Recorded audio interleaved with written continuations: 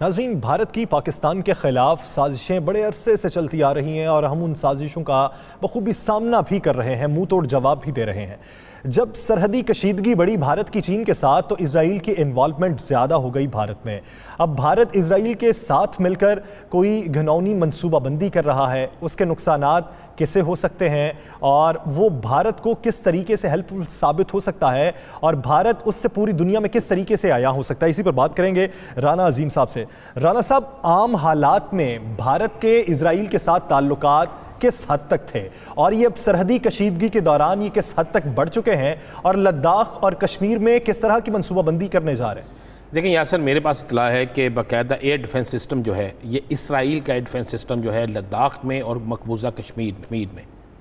یہ دو جگہ پہ لگایا جا رہا ہے، اور بھارت نے ایک پلاننگ کے تحت باقاعدہ اسرائیل کو اس حوالے سے ذمہ داری دی۔ اسرائیل کے جو ہے 321 لوگ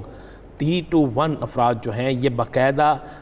یہ رپورٹڈ ہو چکا ہے کہ یہ لوگ اس وقت بھارت کے اندر موجود ہیں، اور اگلے چند دنوں میں پہلے لداخ کے مقام پر یہ سسٹم لگایا جائے گا، اس کے بعد مقبوضہ کشمیر میں لگایا جائے گا۔ ان دونوں سسٹم چونکہ اسرائیل کا پاس یہ بڑے جدید ترین سسٹم ہے، اور اس میں باقاعدہ امریکہ کی مشاورت شامل ہے، امریکہ کی رضامندی، امریکہ کی اس میں انویسٹمنٹ، یہ دونوں چیزیں شامل ہیں، کیونکہ بھارت اور اسرائیل جو ہے یہ آج سے نہیں، یہ بہت عرصے سے ان کا گٹھ جوڑ موجود ہے، چونکہ یہ دونوں اسلامی دنیا کے خلاف ہیں، یہ دونوں جو ہے اسلامی مذہب کے خلاف ہیں۔ تو اسرائیل جو ہے وہ ڈائریکٹ کچھ کر نہیں سکتا تھا، اور بھارت جو ہے اس نے اور نے آپس میں گٹھ جوڑ کر کے امریکہ نے بیچ میں اپنا کردار ادا کیا، اور اب انہوں نے یہ فیصلہ کیا ہے کہ چائنا کے خلاف جو ہے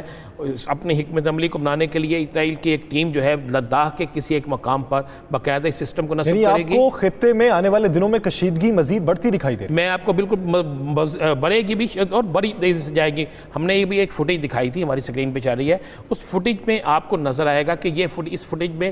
کچھ چیزیں آپ کو نظر آئیں گی کہ کچھ فائرنگ ہو رہی ہے، کچھ چیزیں ہو رہی ہیں۔ یہ فائرنگ جان بوجھ کے اب کچھ ایسی جگہوں پہ کی جا رہی ہے کہ لداخ سے ساری توجہ اس طرف چلی جائے، اور پھر ان جگہوں پہ جہاں پہ یہ سسٹم لگائے جائیں گے وہاں پہ پہلے سسٹم لگائے جائیں۔ سسٹم لگانے کے بعد یہ چائنا کے ساتھ کس طرح پھڈا لینا ہے، چائنا کو کس طرح نقصان پہنچانا ہے وہ کریں گے، اور ادھر پاکستان کو کس طرح نقصان پہنچانا ہے وہ کریں گے۔ یہ دونوں جو چیزیں ہیں اس کی ٹوٹل ذمہ داری اسرائیل کو دی گئی ہے، اور ان کی ٹیم کے لوگ بھارت میں موجود ہیں، ان کی موجودگی کے حوالے سے باقاعدہ تصدیق ہو چکی ہے، اور آنے والے چند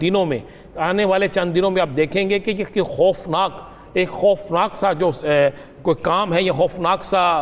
کہہ سکتے ہیں سازش جو ہے، یا کوئی ایسا دھماکہ خیز چیز کرنے جا رہے ہیں جس سے بہت بڑا نقصان ہو سکتا ہے۔ یہ ان کی ایک پلاننگ کا حصہ ہے، اور یہ ساری سازش جو ہے اس پہ جو سب سے اول دستے کا کردار ادا کر رہا ہے وہ اسرائیل کا ہے۔ لیکن نتیجہ کیا نکلے گا؟ کچھ بھی نہیں نکلے گا۔ میں آپ کو بتاؤں، اگر ہم تک اطلاع پہنچ گئی ہے، اگر میرے پاس انفارمیشن ہے تو چائنا کے پاس بھی ہوگی، پاکستان کے اداروں کے پاس بھی موجود ہے۔